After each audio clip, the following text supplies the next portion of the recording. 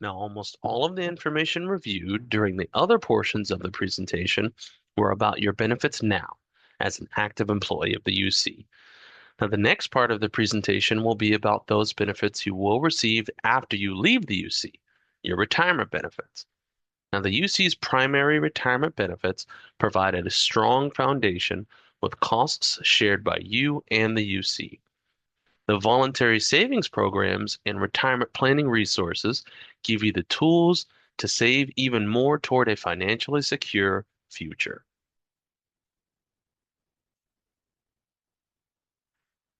Now, the UC retirement plan, or UCRP, encompasses your primary retirement benefits. It is often also called the pension. Now, there are currently four UCRP tiers. Now, when you begin your eligible role and which union you are aligned with will determine which retirement tier you are in. Now, the first is the 1976 tier. Now, this includes anyone who was hired prior to July 1st of 2013, regardless of union representation. The next tier is the 2013 tier. Now, if you were hired between the dates of July 1st of 2013 and July 1st of 2016 and were either not represented or represented by the unions that you see listed there, you are in this tier. Next, we have the 2013 modified tier. This is for those who were hired anytime after July 1st of 2013 and are in the following units associated with it. And then finally, the most recent tier we have is the 2016 tier. This is also called the Choice Program. Now, this tier applies to anyone hired after July 1st of 2016 who is either non-union or represented by the bargaining units you see listed in that box. Now, typically, unless you are coming to UC San Diego Health as a transfer from another UC without a break, you will be in one of the two UCRP tiers that we've starred on the screen.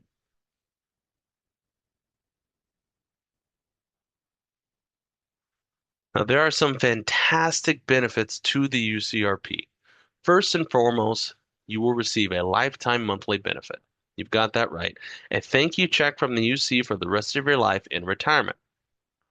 The UCRP also comes with disability income, survivor benefits and income, and eligibility for retiree health insurance for those who are with the UC for 10 years or more. Additionally, each year the UC will apply a cost of living adjustment to your monthly benefit. Now, that ensures that your benefit maintains value as the cost of consumer goods increases. Now, to earn the pension benefit, you will have to do three things. First, you will contribute between 7 and 9% of your pay into the UCRP on a pre-tax basis. The amount is set by your union contract and may not be changed. Second, you will need to be with the UC for 5 years of full-time service credit to vest. Note that this does not have to be 5 consecutive years. Many individuals actually return to the UC even at a different UC to ensure that they vest with the pension benefit. Now, service credit is earned as hours are worked. As such, if you are appointed at 50% but are truly clocking a 70 or 80% effort, then you will reach vesting much sooner than the 50% effort predicts. And then finally, you must reach a minimum retirement age of either 50 or 55, depending on your retirement tier. Now, you do not need to be an active employee at the time of retirement. So if you happen to work for the university from ages of 35 to 45 and move to another organization, you would simply reach out to the UC at any time after your 50th or 55th birthday to initiate the retirement process.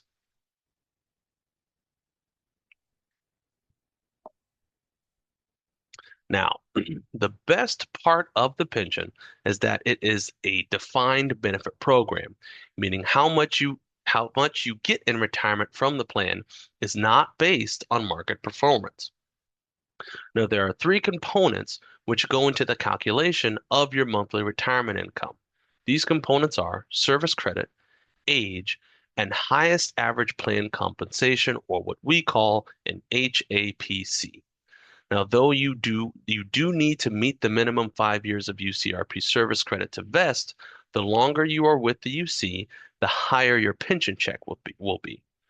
Now, the same goes for your age. Although the minimum age is 50 or 55, if you choose to retire at an older age, your pension check will be much higher. Finally, the UC will use your highest average eligible pay over a consecutive 36-month period when calculating your retirement. Now, let's take a look at a sample calculation. Say you've got Mary, who has been with the UC for 20 years and is retiring at age 65. In her heyday, she was making $4,000 a month. Now you will see that she is set up for a monthly retirement check of $2,000 for the rest of her life, with the annual cost of living adjustment, of course. Now, what if you were interested to retire at full salary? Well, the magic number is that you would need to work or need to retire on or after the age of 65 with 40 years of UCRP service credit. Now, that may not be in the cards for you. So in a few slides, we'll talk about some voluntary retirement plans you can enroll for to ensure that you are set up for retirement.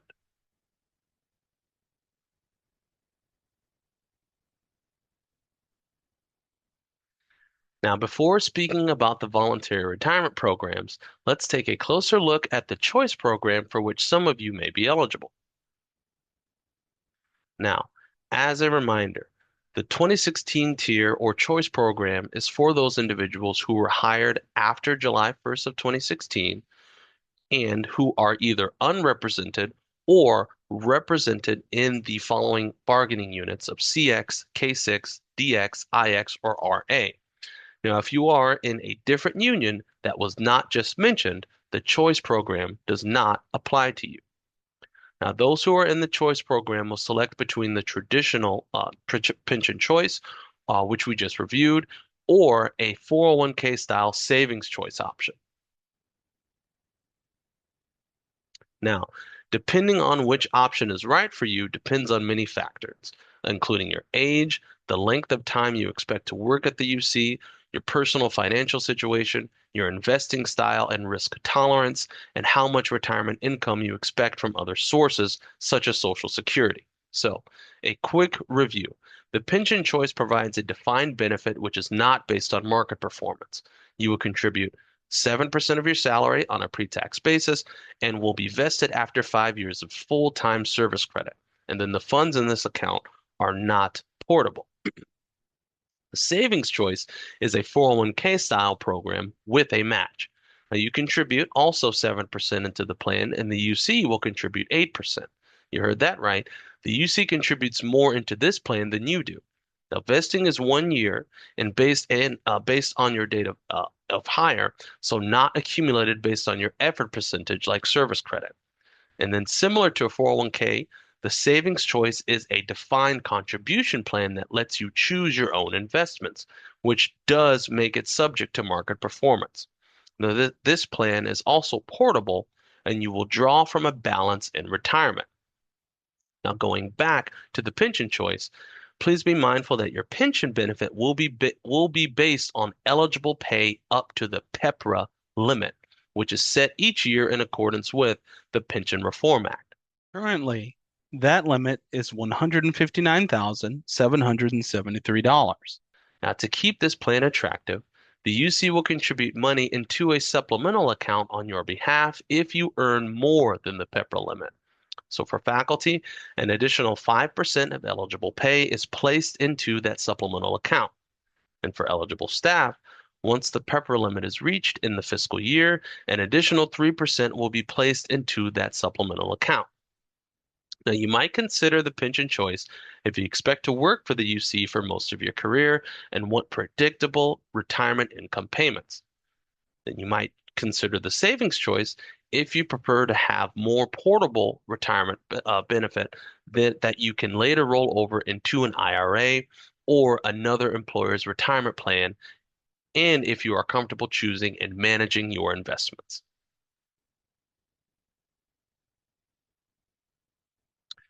All right, so making the choice. Now, if you are in the choice program, you will have 90 days from your hire date or conversion date to choose between the pension choice and the savings choice. Now, once you are ready to make your choice, you will visit myucretirement.com/choose. Now, the sooner you enroll, the sooner you will begin to earn service credit. Well, please note that your election is irrevocable. So if you choose the pension choice, again, that election is irrevocable. Now, for those who choose the savings choice, you will be given a one-time opportunity to switch to the pension choice plan. Now, this will happen after 5 years, and the time under the savings choice will count towards vesting, but not toward the retirement calculation under the pension choice plan. Now, once you have decided on the plan that you are choosing, give yourself some quiet, focused time to submit your choice. Now, if you do not make a selection, you will default to the pension choice on day 91. Now, we know that this is an important decision, so you have many resources available to you as you make your choice. Now, the MyUC Retirement website has a lot of great information about the choice program. This is also a retirement benefits decision guide on UCNet, which includes various scenarios to help you make your decision. And then finally, to ensure that you don't forget to make your selection, you will receive 3 mailers from Fidelity over the course of the 90-day election period.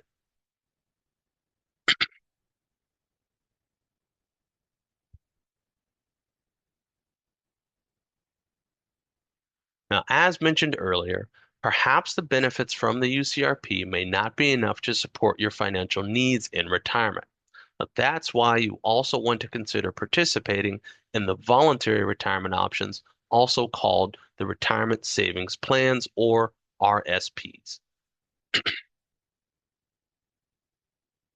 Now, the UC offers 3 voluntary retirement plans. Those would be the 403B, the 457B, and DCP, all of which are administered by Fidelity Retirement Services. We will review each of these in more detail on the next slide. Now, though these options do not have a deadline for enrollment, it is advisable to begin participating early. Now, you will visit the Net Benefits website to update your contributions, and our plans do accept rollovers from other qualified plans. And if you have funds from another employer, you might want to call Fidelity at 800-558-9182 to discuss the benefits of moving the funds over into the UC's plans, as there is a strong likelihood that the fees associated are much lower than those with your prior employer or record keeper.